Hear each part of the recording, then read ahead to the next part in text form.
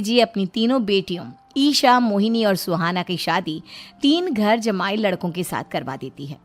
उन्हें लगता है कि ये लड़के शायद घर का कामकाज संभाल लेंगे, लेकिन उनके तीनों घर जमाई बहुत आलसी थे। वो नौकरी भी नहीं करते थे और बाहर का काम भी नहीं। कावेरी जी ने अपनी बेटियों से कहा कि वो प्रेगनेंसी का बहाना बनाकर अपने पतियों को सबक सिखाए। अब सुनिए आगे। मम्मी, आपने जैसा कहा था हमने वैसा ही किया, लेकिन देखिए ना, विवेक का हाल तो वैसा का वैसा ही है। घर में ना सुबह का नाश्ता बनता है और ना खाना। नौकरी पर जाने की बात करूं तो खाने को दौड़ते हैं मुझे। हाँ मम्मी, मैंने भी सुमित को कितनी बार कहा कि अगर नौकरी नहीं करनी तो कोई छोटी सी दुकान ही खोल लो, घर का खर्चा कैसे चलेगा। देखो दोपहर के 12 बजने आए और जनाब अभी तक सो रहे हैं। हाँ मम्मी, ईशा और सुहाना ठीक कहती हैं। अविनाश का भी यही हाल है। जब मैंने अपनी प्रेगनेंसी के बारे में कहा तो मुझसे कहने लगा, अरे दूसरी लड़कियां तो 9-9 महीने तक नौकरी करती है, बस डिलीवरी के टाइम छुट्टी लेती है। मोहिनी, तुम भी नौकरी करो। अब मुझे कहाँ नौकरी मिलेगी। मम्मी बताओ अब मैं क्या करूँ। हे भगवान, क्या सोचकर घर जमाई दामाद लाई थी मैं कि मेरी बेटियां मेरे पास रहेंगी और खुश रहेंगी, लेकिन इन आलसी दामादों ने तो हमारी जिंदगी को भी प्रॉब्लम में डाल दिया है। मैं तो कहती हूँ मम्मी, हम लोग वापस अपनी जॉब पर जाना शुरू कर देते हैं। बता देते हैं इन लोगों को कि हमने प्रेगनेंसी का बहाना किया है। नहीं नहीं बेटा, ऐसी गलती भी मत करना। अगर तुमने ऐसा किया तो इन तीनों की आदत और ख़राब हो जाएगी।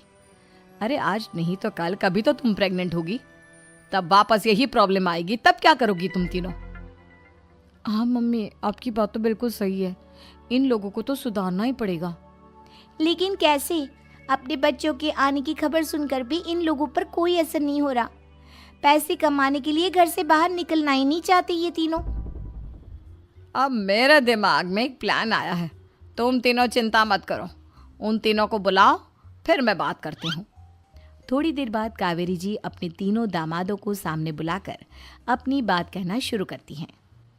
अविनाश, सुमित और विवेक, देखो बेटा, मैं ना तुम तीनों से बड़ा प्यार करती हूँ, इसीलिए तो तुम्हें घर जमाई बना कर रखा है मैंने। अरे मम्मी जी, सीधे सीधे कहिए ना, क्या बात है। प्यार तो हम भी आपको बहुत करते हैं। अरे मम्मी जी, आपकी इज्जत भी बहुत करते हैं। अरे भाई, आपके जैसी सास और कमाने वाली बीवी सबको मिलती है क्या? हाँ मम्मी, विवेक और सुमित ठीक कह रहे हैं। आपकी बेटी से शादी करके मेरी तो ज़िंदगी ही अच्छी हो गई है। जानती हूँ मैं, और ये भी जानती हूँ कि तुम तीनों अपने अपनी बीवियों से बहुत प्यार करते हो। बेटा, बात ऐसी है कि हमारे कुल गुरु ने कहा है कि प्रेग्नेंट होने के बाद मेरी तीनों बेटियां शुरू के 4 महीने हमारे गांव में जाकर रहेगी, जहां मेरे चाचा जी रहते हैं। अरे लेकिन क्यों मम्मी, गांव में जाकर रहने की क्या ज़रूरत है इन तीनों को। वो क्या है ना बेटा, हमारे परिवार को एक श्राप है। अगर मेरी बेटियों ने यहाँ पर बच्चा पैदा करने की कोशिश की तो उनके बच्चों को कुछ भी हो सकता है। इसलिए अब से लेकर 4 महीने पूरे होने तक इन्हें गांव वाले घर में रहना पड़ेगा। हाँ तो इसमें प्रॉब्लम क्या है मम्मी जी, हम भी वहाँ जाकर रहेंगे, पिकनिक मनाएंगे। अरे भाई, बीवी जहाँ हम भी वहाँ। हाँ यार, आइडिया तो बहुत अच्छा है। शहर की ज़िंदगी में रह रहकर परेशान हो चुके हैं, अब कुछ दिन गांव में बिताएंगे। तुम लोग समझने की कोशिश क्यों नहीं करते। तुम में से कोई भी वहाँ नहीं जा सकता, और मैं यहाँ रहूँगी ना तुम तीनों के साथ। 4 महीने की तो बात है, उसके बाद ये तीनों ही लौट कर आ जाएंगी। ठीक है मम्मी जी, अब हमारे बच्चों का सवाल है तो ये तो करना ही पड़ेगा। कावेरी अपनी तीनों बेटियों को कुछ दिन के लिए घर से बाहर कहीं दूसरे शहर में रहने के लिए भेज देती है। कुछ दिनों के बाद, अरे मम्मी जी, बहुत दिन से पिज्ज़ा नहीं खाया, मंगवाइए ना। क्या बताऊं बेटा, पहले तो बेटियां खर्चा दे देती थी क्योंकि उनकी नौकरी थी, लेकिन अब तो मेरे पास पैसे ही नहीं बचे। थोड़े बहुत पैसे हैं जो बच्चों की डिलीवरी में काम आएंगे। लेकिन मम्मी जी, आपकी बेटियों को वापस आने में तो अभी बहुत वक्त बाकी है। वही सोच सोच कर परेशान हो रही हूँ। सोच रही हूँ कल से दूध भी बंद करवा देती हूँ। अब दूध वाले को देने के लिए पैसे भी तो नहीं है ना। अरे नहीं नहीं मम्मी जी, अगर दूध भी बंद करवा दोगी तो मुझे चाय कहाँ से मिलेगी, और चाय के बिना मैं तो मर ही जाऊँगा। क्या करूँ बेटा, इसके अलावा हमारे पास कोई ऑप्शन नहीं है। मेरे पास पैसे ही नहीं बचे। इस तरह कावेरी जी धीरे धीरे अपने तीनों दामादों को पैसे देना बंद कर देती हैं और घर में खाने पीने की चीजें लाना भी बंद कर देती है। अब वो तीनों बुरी तरह से परेशान होने लगे थे और इसलिए एक दिन तीनों प्लान करके घर से बाहर निकलते हैं और बाजार में जाने के बाद यार अच्छा खाना खाए हुए कितने दिन हो गए, पता नहीं कब अच्छा खाना मिलेगा। हमारी बीवियों के जाने के बाद तो हमारी हालत भिखारियों जैसी हो गई है यार। कुछ भी हो, मुझे तो आज पिज्ज़ा खाना ही खाना है। जेब में 1 रुपया नहीं और पिज्जा खाएगा, कहाँ से आएंगे पैसे? अरे देख वहाँ सामने बोर्ड पर क्या लिखा हुआ है, कंप्यूटर पर काम करने के लिए एक आदमी की आवश्यकता है। भाई मैं तो जा रहा हूँ, काम करूँगा और शाम तक पैसे लाकर आराम से पिज्ज़ा खाऊंगा। जा जा, तुझे कोई काम नहीं देने वाला, हम तो घर जा रहे हैं। चल भाई सुमित। सुमित और अविनाश वहाँ से चले जाते हैं और विवेक उस कंप्यूटर शॉप पर सारा दिन काम करके 5,000 रुपये कमा कर घर लौट कर आता है और अपने खाने के लिए अच्छी अच्छी चीज़ें भी लेकर आता है। ये देखकर विवेक और सुमित के दिल में भी कुछ पैसे कमाने की इच्छा जागती है। अरे सुबह सुबह कहाँ चल दिए तुम? मम्मी जी एक बहुत अच्छी जगह मिली है, कंप्यूटर पर काम करने के 5,000 मिले थे कल मुझे। अगर रोज़ काम करूँगा तो पूरे 40,000 की तनख्वाह। अरे वाह, ये तो बहुत अच्छी बात है दामाद जी, आपको जाना ही चाहिए। सुमित और अविनाश विवेक को इस तरह तरक्की करते देखकर परेशान हो जाते हैं और वो दोनों भी काम की तलाश में निकल पड़ते हैं। धीरे धीरे उन दोनों को भी काम मिल जाता है। अब कावेरी के तीनों दामाद छोटी मोटी नौकरी करके अच्छा पैसा कमाने लगे थे। एक दिन कावेरी उन्हें अपने पास बुलाती हैं। अरे वाह, विवेक 40,000 कमा लेता है, अविनाश 60,000 और सुमित तुम भी 40,000 के आसपास कमा ही लेते हो। कुल मिलाकर तुम अच्छे खासे पैसे कमा रहे हो बेटा। हाँ मम्मी जी, बहुत मज़ा आता है जब महीने के एंड में मोटी रकम हाथ में आती है। पूछिए मत मम्मी जी, घर में रहकर रोटी बना बना कर और तो जैसा महसूस होने लगा था मुझे तो। हाँ बेटा, तुम तीनों की बात तो बिल्कुल ठीक है और जानते हो अब तुम तीनों की पत्नियां भी वापस लौट कर आने वाली है। लेकिन मम्मी जी अभी तो उन्हें गए सिर्फ 2 महीने हुए हैं, आपने तो कहा था वो 4 महीने के बाद लौट कर आएंगी। ऐसा कुछ नहीं है बेटा, मैं सिर्फ तुम तीनों को सबक सिखाना चाहती थी कि आदमी घर में बैठकर बीवी की कमाई खाता हुआ अच्छा नहीं लगता। इस दुनिया में हर इंसान को मेहनत करनी चाहिए, काम करना चाहिए, चाहे वो औरत हो या आदमी, ताकि अपने परिवार को संभाल सके। कावेरी की बात सुनकर उन तीनों को अपनी गलती का एहसास होता है और कावेरी उन्हें सच बता देती है कि ईशा, सुहाना और मोहिनी शहर में ही कहीं दूसरी जगह रह रहे थे। शाम के वक्त उन तीनों की पत्नियां लौट कर आ जाती है और कावेरी जी का परिवार एक खुशहाल परिवार की तरह रहने लगता है। रील्स बनाने का बड़ा ही क्रेज है और वो दिन भर रील्स बनाती रहती है, खाते पीते घूमते फिरते घर में कॉलेज में। रील्स बनाने के कारण प्रज्ञा पूरे कॉलेज में हाईलाइटेड है। जहां उसकी रील्स सभी को पसंद आते हैं, वहीं मनीषा चिंता में डूबी रहती है। एक रोज जब खाते हुए प्रज्ञा रील्स बना रही होती है, तब मनीषा कहती है, 1 मिनट भी चैन नहीं है इस लड़की को। ये नहीं कि खाना तो आराम से खा ले, लेकिन नहीं, अरे थोड़ी देर रील्स नहीं बनाओगी तो आसमान नहीं टूट पड़ेगा। अरे मम्मी, इसी को तो कहते हैं डिटर्मिनेशन, तुम नहीं समझोगी ये सब। भगवान इस लड़की को सद्बुद्धि दे, जब देखो तब टेढ़ा बाका मुंह बनाती रहती है। मनीषा की बात का प्रज्ञा पर जरा भी असर नहीं होता और वो खाते खाते रील्स बनाती रहती है। दिन बीतने लगते हैं और देखते देखते प्रज्ञा का कॉलेज भी खत्म हो जाता है। आए दिन कोई ना कोई मनीषा को प्रज्ञा की शादी करवाने का सुझाव दी जाता है। सब ठीक ही कहते हैं, प्रज्ञा की शादी कर देनी चाहिए। अपने घर के कामकाज में व्यस्त हो जाएगी तो खुद ही ये रील्स और नाच गाना बंद हो जाएगा। मनीषा और प्रेम प्रज्ञा के लिए एक अच्छा लड़का ढूंढने लगते हैं और तभी विकी का रिश्ता प्रज्ञा के लिए आता है, जिसने प्रज्ञा को उसकी रील्स देखकर पसंद कर लिया था।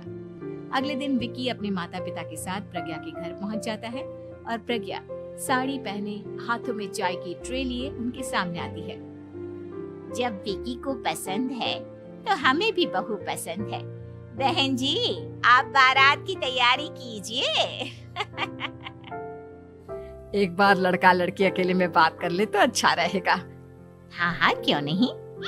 मनीषा विकी को प्रज्ञा के कमरे में भेजती है, जहाँ प्रज्ञा पहले से ही रील्स बना रही होती है। तभी विकी कहता है, आ गए आपके साजन जी। हमारे साथ ये रील्स कंप्लीट करती तो और भी अच्छा रहता। अच्छा जी, अब आ ही गए हैं तो बना ही लेती हूँ आपके साथ। दोनों मिलकर रील्स बनाते हैं। जब वी मीट और तुरंत पोस्ट भी कर देते हैं। फिर विकी कहता है, जब आप साड़ी में चाय लेकर आई तब मुझे लगा कि कहीं मैं गलत घर में तो नहीं आ गया। अब सही है। दोनों की शादी पक्की हो जाती है और शादी के दिन भी प्रज्ञा रील्स बनाने से चूकती नहीं। यहाँ तक कि बारात के समय भी नाचते हुए रील्स बनाती है। सभी लोग प्रज्ञा की तारीफ के पुल बांध देते हैं और प्रज्ञा नाचती गाती अपने ससुराल चली जाती है। सब कुछ अच्छा चल रहा होता है। प्रज्ञा यहाँ भी दिन भर हर चीज की रील्स बनाती रहती है। लेकिन कुछ दिनों के बाद जब सुनीता कहती है, बहू, ये रील्स के साथ साथ कुछ काम भी कर लिया करो। वैसे तुझे और क्या क्या बनाना आता है? मम्मी जी, वैसे तो सब कहते हैं कि मैं सब कुछ अच्छा बनाती हूँ, लेकिन मुझे लगता है कि मैं मैगी अच्छा बना लेती हूँ। हाँ, कॉफी भी अच्छा बना लेती हूँ और मुंह तो सबसे अच्छा बना लेती हूँ। हैं? अच्छा अच्छा।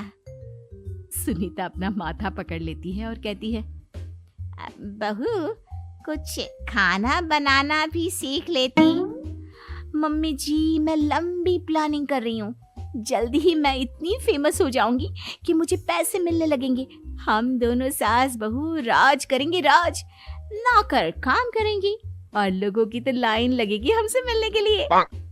तेरा दिमाग खराब हो गया है क्या बहू? हंसी मजाक तक ठीक है, लेकिन इस तरह घर नहीं चलते। जितना जल्दी हो इस घर के तौर तरीकों को सीख लो। प्रज्ञा मुंह घुमाकर चली जाती है और तुरंत उसी वक्त एक रील बनाती है। ये देख सुनीता का गुस्सा 7वें आसमान पर चला जाता है और विकी के घर आती ही सुनीता उसे सब कुछ बताती है। विकी भी अब प्रज्ञा की इन हरकतों से परेशान हो जाता है। तुम टेंशन मत लो मम्मा, मैं देख लूंगा। विकी कमरे में जाता है तो देखता है कि प्रज्ञा रील्स बना रही है। विकी बड़े ही प्यार से प्रज्ञा से कहता है, प्रज्ञा, इन सब के लिए मैं तुम्हें मना नहीं कर रहा हूँ, लेकिन फिर भी हर वक्त तो ये अच्छा नहीं लगता ना। समझने की कोशिश करो, मुझे भी तुम्हारा थोड़ा वक्त चाहिए। मैं जब ऑफिस से आता हूँ तो मुझे समय देने की जगह इसी में लगे रहते हो। तुम ज्यादा ही सोच रहे हो। तुम भी मेरे साथ रील्स बनाओ ना, तुम्हें भी बहुत अच्छा लगेगा। तुम्हें इज्जत से कोई बात समझ में नहीं आती क्या? दिमाग खराब हो गया है तुम्हारा इस चकाचौंध से। अगर तुमने अपना रवैया नहीं बदला तो मैं तुमसे दूर चला जाऊंगा। तुम ही रिश्ता लेकर आए थे, मुझे लड़कों की कमी नहीं थी और ना आज है। विकी दरवाजा पटककर चला जाता है। धीरे धीरे विकी प्रज्ञा से दूर होता जाता है। एक रोज मनीषा प्रज्ञा के ससुराल उससे मिलने जाती है। तब सुनीता उससे कहती है, बहन जी, अब आई हैं तो कुछ दिन यहाँ रहकर जाइएगा। आप ही का घर है। हाँ मम्मी, बहुत दिन हो गए तुम्हारे साथ एक भी रील नहीं बनाई मैंने। प्रज्ञा तुरंत अपने फोन में रील्स ऑन कर लेती। ये सब मुझसे नहीं होता। तेरा ये भूत अभी तक नहीं उतरा क्या? बहन जी, आप कुछ कहती नहीं क्या इसे? जब आप ही कुछ नहीं कर पाई तो मैं कर ही क्या सकती हूँ। सास तो वैसी ही बदनाम है। शाम को घर की लाइट चली जाती है और मनीषा प्रज्ञा से कहती है, मेरे घुटनों में बहुत दर्द हो रहा है, तू लाइट का कुछ इंतजाम करना बेटा। अच्छा, कैंडल जला देती हूँ मम्मा। प्रज्ञा गाते हुए कैंडल जलाती है और खिड़की के पर्दे के पास रख देती है। मनीषा, जिसे बहुत दर्द हो रहा है, वो सो जाती है और प्रज्ञा हमेशा की तरह अपने रील्स में लग जाती है। उधर कैंडल की वजह से पर्दा आग पकड़ लेता है और मनीषा के कमरे में आग लग जाती है। बचाओ, कोई है, बचाओ। सभी भागते हैं और विकी कमरे की आग बुझाने में लग जाता है, लेकिन तब तक मनीषा आधी जल चुकी थी। मनीषा की हालत देख प्रज्ञा रोने लगती है। विकी मनीषा को तुरंत हॉस्पिटल ले जाता है और उसे एडमिट कराता है। विकी प्रज्ञा से कहता है, देख लिया ना, तुम्हारे इस नाच गाने की वजह से आज तुम्हारी माँ की जान जाते जाते रह गई। अब पता नहीं तुम और क्या चाहती हो। उधर डॉक्टर कहते हैं, इनकी हालत बहुत नाजुक है, आधे से ज्यादा चल चुकी है।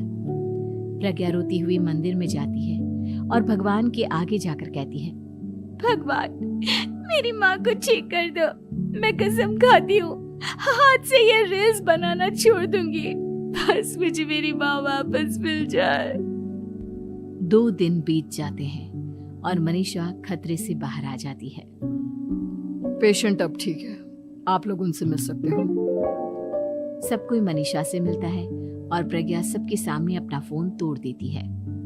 मुझे माफ कर दो मम्मा, मैंने तुम लोगों की बातों को नजरअंदाज किया। बेटा, कोई भी चीज जरूरत से ज्यादा खराब है। मैंने तुम्हें रील्स बनाने से कभी मना नहीं किया, लेकिन हर वक्त एक ही चीज तो सही नहीं है। मैं समझ गई हूँ मम्मा, आई एम सॉरी। प्रज्ञा उस दिन से रील्स बनाना छोड़ देती है और पूरी तरह से अपने घर में लग जाती है।